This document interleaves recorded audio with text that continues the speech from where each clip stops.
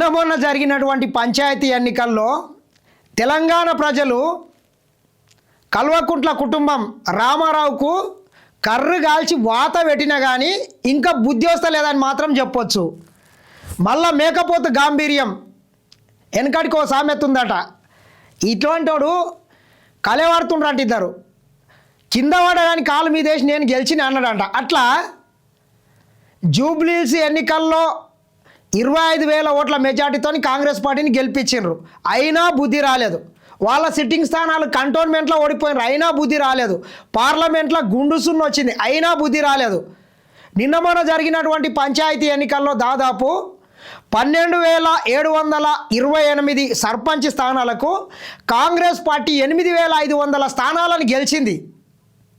అయినా బుద్ధి రాకుండా మళ్ళీ ఏం మాట్లాడుతున్నాడు నిన్న డ్రామారావు అంటే, దమ్ముంటే రాజీనామా చేయించంట. ఎవరైతే బీఆర్ఎస్ పార్టీలో గెలిచి కాంగ్రెస్ పార్టీకి కొంత అనుకూలంగా సానుకూలంగా ఉన్నటువంటి ఎమ్మెల్యేలు ఎవరైతే ఉన్నారో 10 మంది, ఆ 10 మంది ఎమ్మెల్యేలను రాజీనామా చేయించమని పదే పదే చెప్తున్నావు. వాళ్ళని ఎందుకు బాలి చేస్తామా డ్రామారావు? నీకు దమ్ముంటే నీవు, మీ అయ్య, మీ బావ, మీరు ముగ్గురు రాజీనామా చేయండి. ఆ 3 స్థానాలు గెలువు సూతా మీకు అంతా. ఇక ఎవరినో ఎందుకు బలి చేస్తావు? ఎట్లా మీ అయ్య వల్ల అయితే లేదు, ఆయన ఫామ్ హౌస్కే పరిమితమైండు, ఆయనకు ఇబ్బంది ఉంది, కొంత శరీరం కూడా సహకరించట్లేదు, ఆయన ఆరోగ్యం కూడా బాగాలేదు, రాజీనామా చేయించు. ఇక పాలేందో నీళ్ళేందో తెలిసిపోతుంది కదా. అనవసరంగా అమాయకమైనటువంటి వ్యక్తులు ఎందుకు రాజీనామా చేయించడం? ఎందుకు వాళ్ళ జీవితాలతో చెలగాటమాడతావు?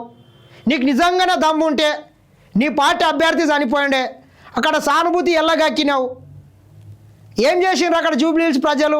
కర్రు కాల్చి వాత పెట్టిండ్రు. మళ్ళీ నీవు తలెత్తుకోకుండా లేకుండా చేసిండ్రు. అయినా మళ్ళీ ఇట్లా పెద్ద పెద్ద మూతెప్పారు, ఇట్లా పొంగనాలు ఎందుకు రామా? నేను చూస్తే ఒక కామెడీ పీస్గా చూస్తున్నారు తెలంగాణ ప్రజలు.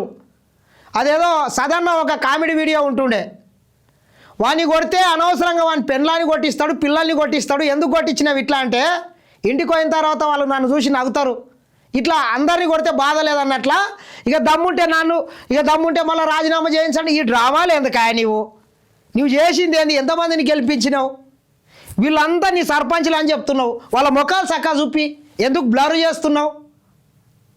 అంతా కార్యకర్తల్ని పట్టుకొని వచ్చి మొత్తం సర్పంచ్లని ఇక డ్రామాలు వేస్తున్నావు. సరిపోదా మొన్న ఇచ్చినటువంటి తీర్పు? ఎవరి శాతం ఎంతో తేలుద్దామంట. ఫిరాయింపు ఎమ్మెల్యేల వ్యవహారంలో సీఎం రేవంత్ రెడ్డికి కేటీఆర్ బిగ్ సవాల్. గబిలాల్లా ఫిరాయింపు ఎమ్మెల్యేలు పదవుల కోసం ఇంత దిగజారుడా? మొగాళ్ళ ఆడోళ్ళ అని చెప్పుకోలేని దుస్థితిలో పోచారం కడియం శ్రీగారి అంట. గ్రామ పంచాయతీ ఫలితాలు చూసి పరిషత్ ఎన్నికలపై వెనక్కి తగ్గిన రేవంత్ అంట. ఇట్లా చిల్లర మల్లర వ్యాఖ్యలు చేస్తుంటాడు. గ్రామ పంచాయతీలో ఏం వెనక్కి తగ్గలేదు. కాంగ్రెస్ పార్టీ అనుకున్న కన్నా ఎక్కువ స్థానాలు వచ్చినాయి. తెలంగాణ ప్రజలందరూ కూడా అభివృద్ధికి, ప్రజా పరిపాలనకు పట్టం కట్టిండ్రు. నీలాంటి నియంతల్ని తొక్కి పడేసిండ్రు, కాలగర్భంలో కలిపేసిండ్రు. మీ అయ్య ముఖం చూపించుకోలేక ఫామ్ హౌస్కే పరిమితమైండు. అయినా సిగ్గు లేకుండా ఇంకా దమ్ముంటే అని ఏంది డ్రామాలేంది? ఇకనైనా కట్టిపెట్టువా. జనాలు నక్కుంటున్నారు నీ అమాయకత్వం చూసి. నీకు నిజంగానే దమ్ముంటే ఎందుకు మరి ఉప ఎన్నికలు ఎందుకు గెలవలేకపోయినావు?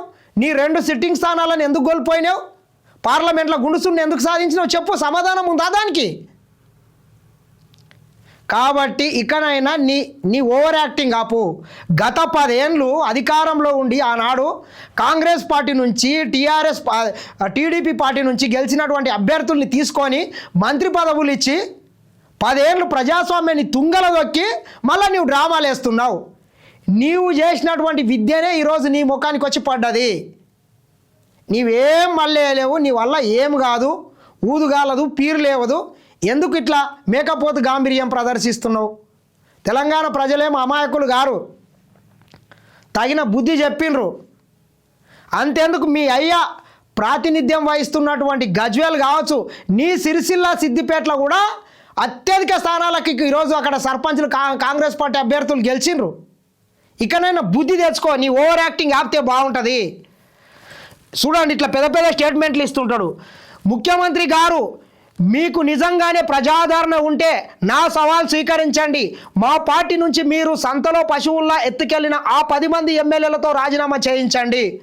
అప్పుడు ప్రజలే చెప్తారు మరి ఎవరి శాతం ఎంతో, ఎవరి బలం ఎంతో, ఎవరి సత్తా ఎంతో తేలిపోతుందంట. అది అంత వద్దు, నీకు మళ్ళొకసారి మేము సవాల్ విసురుతున్నాం.